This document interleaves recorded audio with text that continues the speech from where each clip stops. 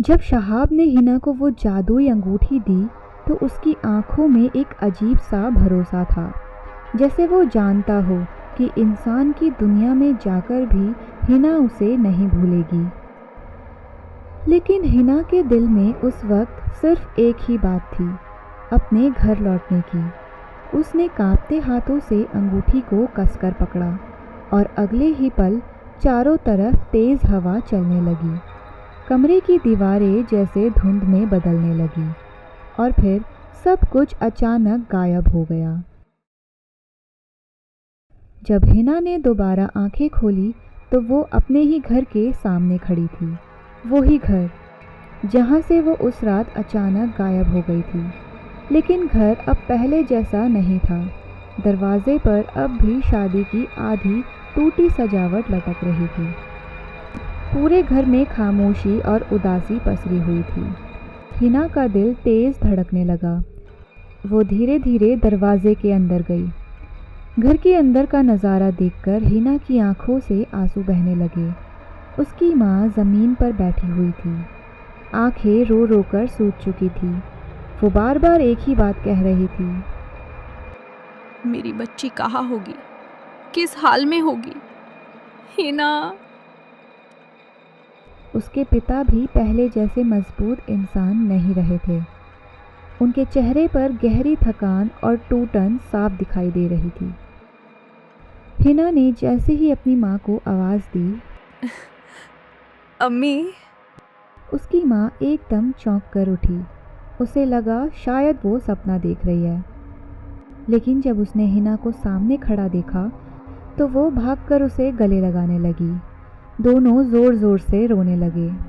उस पल में ऐसा लग रहा था जैसे महीनों का दर्द एक साथ बाहर निकल रहा हो।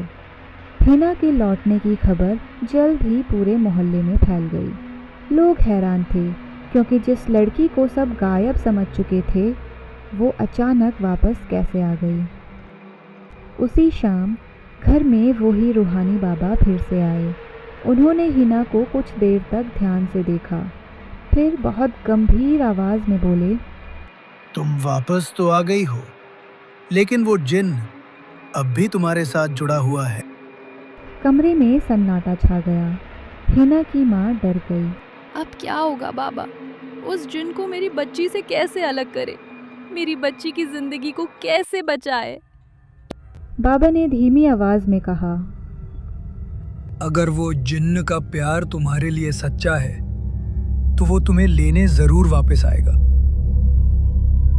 बाबा ने एक योजना बनाई। उन्होंने कहा, अगर उसको हमेशा के लिए खत्म करना है तो उसे इस इंसानी दुनिया में बुलाना होगा और इसके लिए हिना को वही अंगूठी इस्तेमाल करनी होगी। हिना का दिल कांप उठा। पर बाबा, वो सच में मुझसे प्यार करता है, उसे हमेशा के लिए खत्म नहीं कर सकते। कोई और तरीका भी तो होगा बाबा। बाबा ने गंभीर नजरों से उसकी तरफ देखा।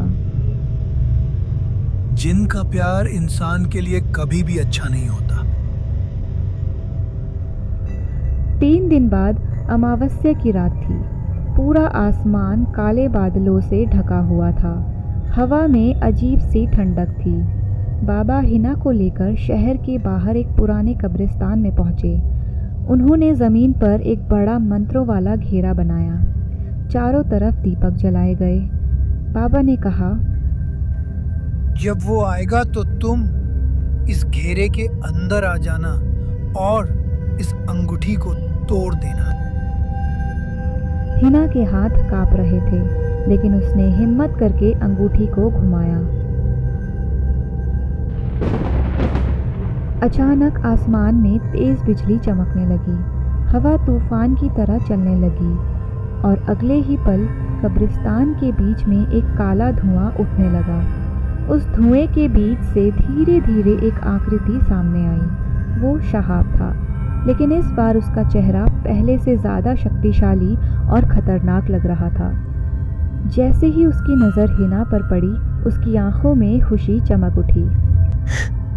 हिना, मुझे पता था तुम वापस आओगी। मैं जानता था तुम मुझे छोड़ के नहीं जा सकती। हिना की आंखों में आंसू भर आए, लेकिन उसने अपने दिल को कठोर बना लिया। शहाब, मैं वापस नहीं आई हूँ। मैं हमेशा के लिए अलविदा कहने आई हूँ। ये सुनते ही शहाब का चेहरा बदल गया। उसकी आंखों में दर्द और गुस्सा एक साथ उभर आया। तुम झूठ बोल रही हो। तुम मेरी हो। तुम हमेशा मेरी ही रहोगी। तभी बाबा ने जोर से चिल्लाकर कहा, जल्दी करो, हमारे पास समय बहुत कम है। उस अंगूठी को तोड़ दो। हिना के हाथ कांप रहे थे। उसने एक पल के लिए शहाब की आंखों में देखा। वहाँ सिर्फ गुस्सा नहीं था, बल्कि टूटे हुए प्यार का दर्द भी था। लेकिन अगर वो रुकती तो शायद वो कभी आज़ाद नहीं हो पाती। उसने धीरे धीरे अंगूठी ज़मीन पर फेंक दी और पूरी ताकत से उस पर पैर रखकर उसे कुचल दिया। अचानक शहाब दर्द से चीख पड़ा। उसके शरीर से काला धुआं निकलने लगा। आसमान में बिजली कड़कने लगी। वो हिना की तरफ देखकर चीखा, नहीं, नहीं, तुमने मुझे धोखा दिया है। मैंने तुम्हें सच्चा प्यार किया था। उसकी आवाज़ धीरे धीरे कमज़ोर होती गई। उसका पूरा शरीर राख बनकर हवा में उड़ने लगा। कुछ ही सेकंड्स में वो पूरी तरह गायब हो गया। कुछ महीने बाद हिना की ज़िंदगी धीरे धीरे सामान्य होने लगी। उसकी शादी भी हो गई। घर में फिर से खुशियाँ लौट आई। लेकिन कभी कभी रात के सन्नाटे में जब हिना अकेली खिड़की के पास खड़ी होकर आसमान को देखती तो उसे ऐसा महसूस होता जैसे कोई अब भी दूर कहीं से उसे देख रहा हो। और ठंडी हवा के साथ कभी कभी एक हल्की सी आवाज़ भी सुनाई देती, तुम मेरी है हिना, और हमेशा मेरी ही रहेगी।